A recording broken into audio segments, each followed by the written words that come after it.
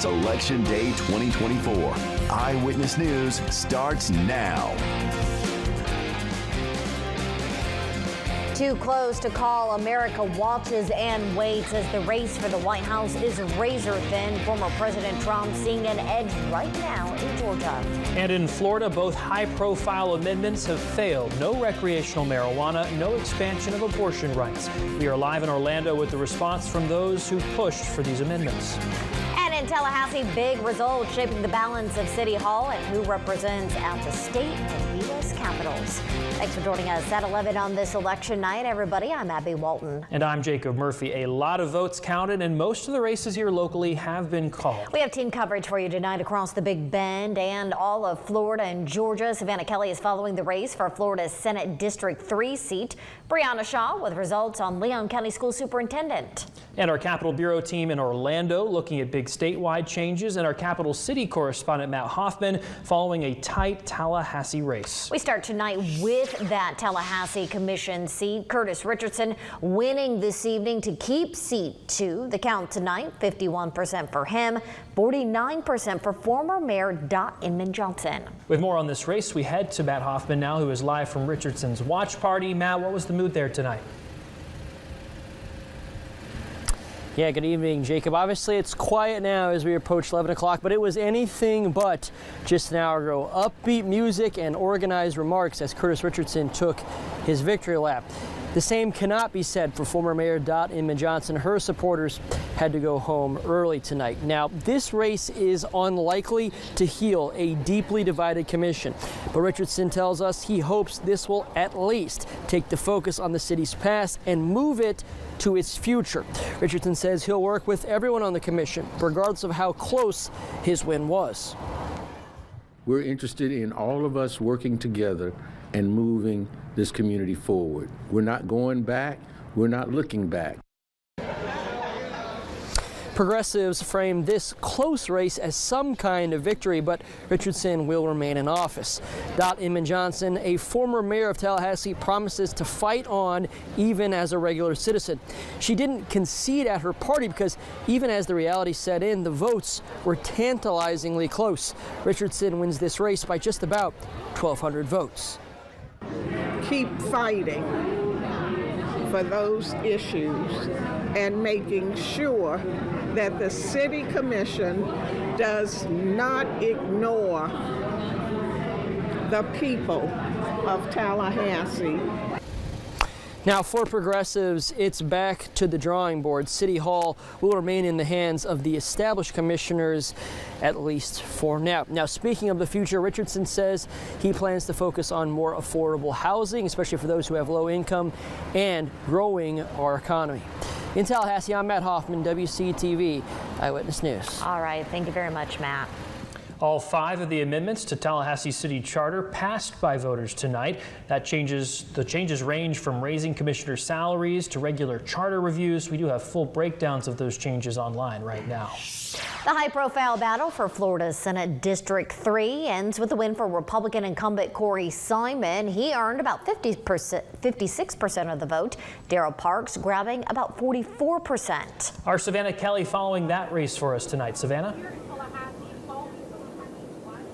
Yeah, Jacob, Abby, I'm outside of Proof Brewing Company. This is where Corey Simon's campaign held its election night watch party. Now, Simon did not speak with reporters, but he did put out a statement within about the last hour or so, saying in part, quote, "Tonight, I am incredibly grateful for the continued trust of the hardworking people of the Big Bend.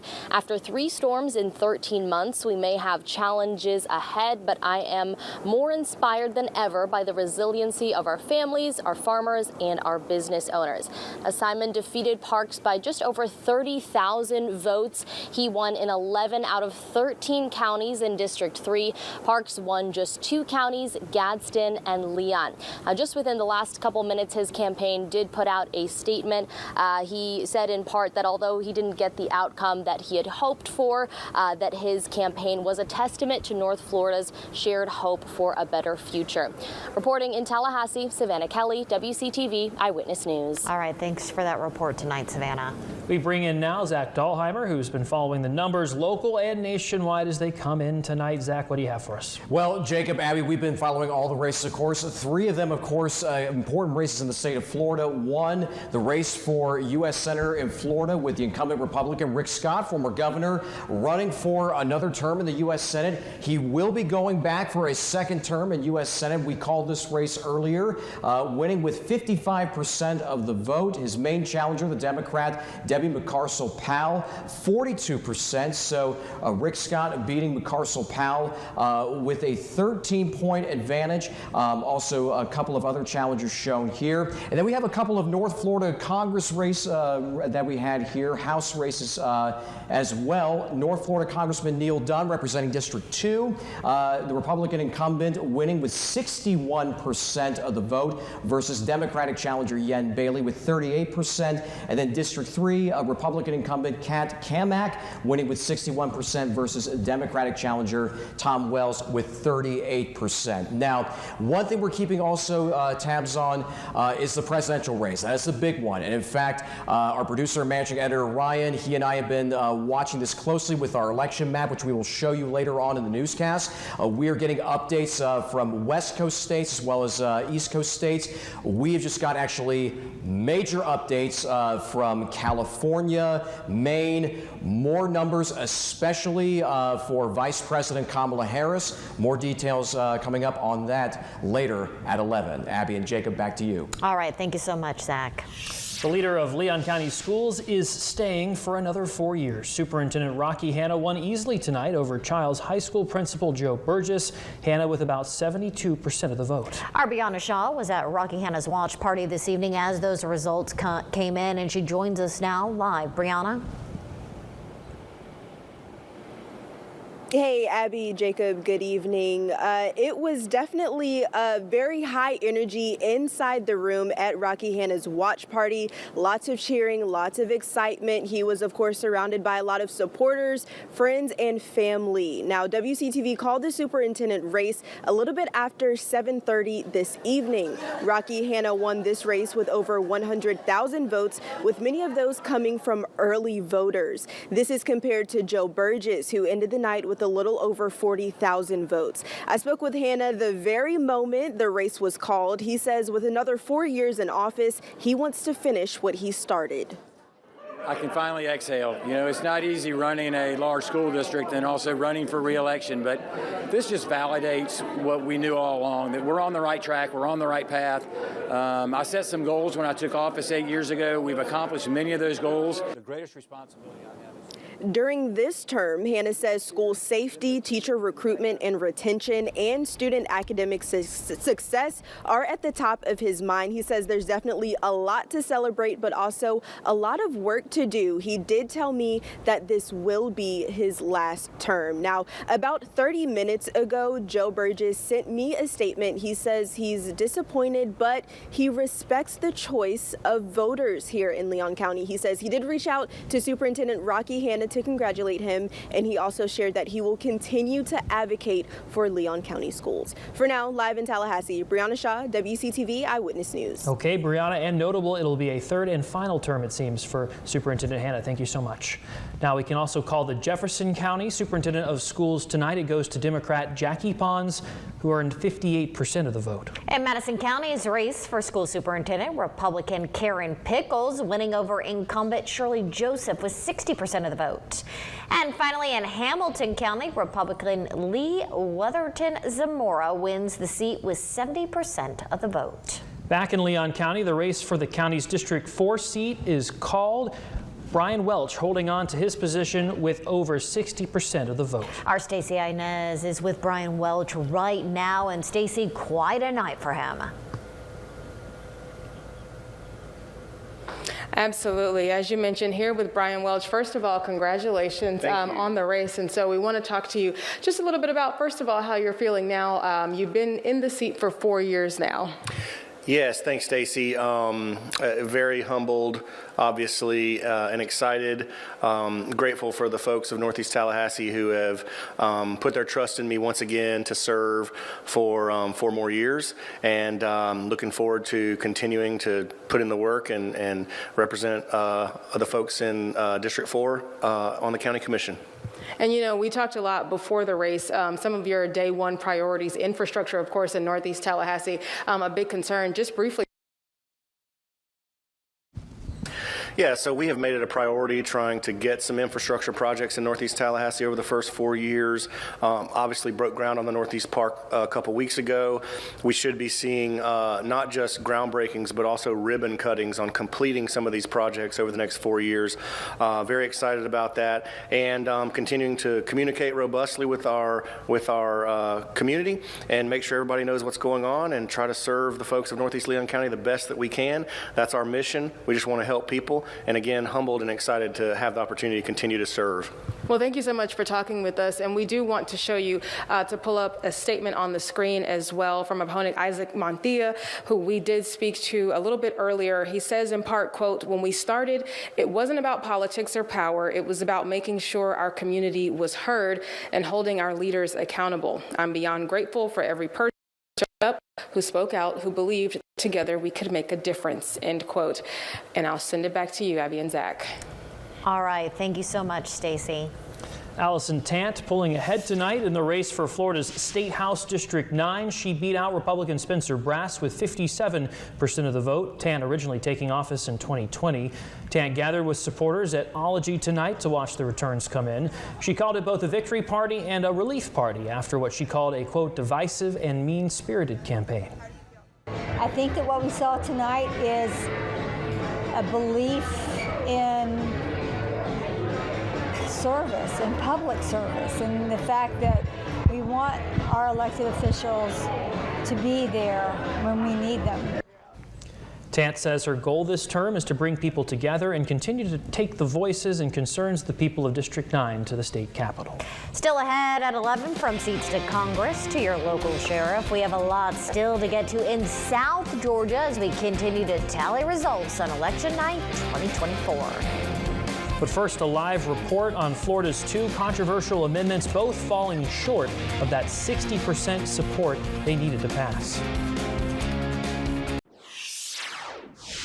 A tough night for supporters of the 2 most talked about amendments on the Florida ballot, abortion rights and recreational marijuana, failing to meet the 60% threshold needed to pass. Our Capitol Bureau reporter Cody Butler joins us live from Orlando, where supporters of those amendments had gathered. And Cody, a tough night for those folks behind you.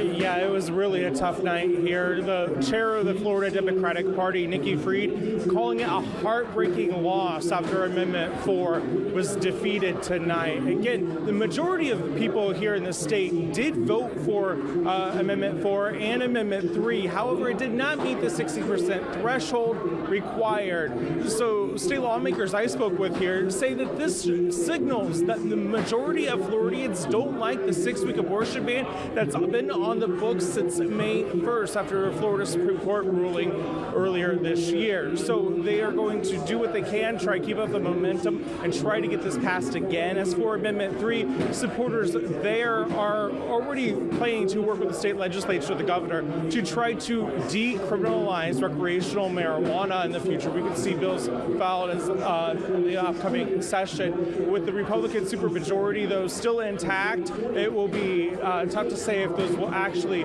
get through in the next session. Reporting live in Orlando, Cody Butler, WCTV Eyewitness News. Okay, and this comes after a very impressive night for Republicans overall here in Florida. Thank you, Cody. All right, let's take a look at the numbers for the other state amendments. Amendment 1 has failed. That would have required school board elections to be partisan. As you can see here, it received 55% support, but again fell short of that 60% threshold. Amendment 6 also failing to pass. It barely received a 50% majority. That would have ended public financing for political campaigns.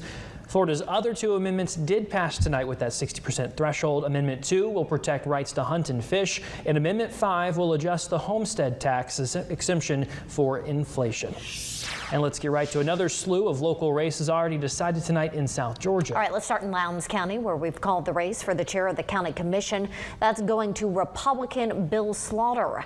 Lowndes County District 5 going to a Republican as well. That race going to Michael Smith with 73% of the vote. Here's a look at Georgia's U.S. House District 2 race between incumbent Democrat Sanford Bishop and Republican Wayne Johnson. Bishop will return to Congress to represent Southwest Georgia, earning 56% of the vote. That district stretches from the South Georgia border up to the Macon area. All right, a look at the other U.S. House district covering our South Georgia area. Incumbent Austin Scott defeating opponent Darius Butler with 69% of the vote. Here's a look at some of the local sheriff races in South Georgia, starting in Decatur County. Wiley Griffin will remain sheriff there in Bainbridge, earning 60% of the vote. Then up to Miller County, Republican Garrison Clenny wins with 70% of the vote.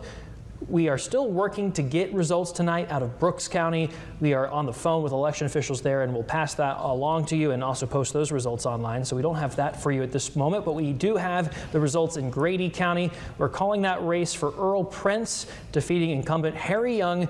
Prince earning 71% of the vote. Welcome back to our special election night coverage. We're turning our attention now back to the presidential race. Yes, the race we're all watching. We have 7 battleground states that we're keeping a close eye on, and just before the last moment, all 7 were too close to call, but we understand that North Carolina has just been called for Donald Trump by the Associated Press. We'll have more on that in a moment with our Zach Dahlheimer, but we do want to mention that we did speak with our political analyst, Dr. Lana Atkinson, to get her insight on the count so far. It's really exactly where we were predicted. The battleground states are still very uncertain. We still don't know what it looks like in Georgia. They have another 800,000 votes roughly to count, but they look like they're counting pretty well. Trump is in the lead at the moment, but it's still only about 200,000 vote difference. And some of the urban counties are slow reporters. So that could make a difference there.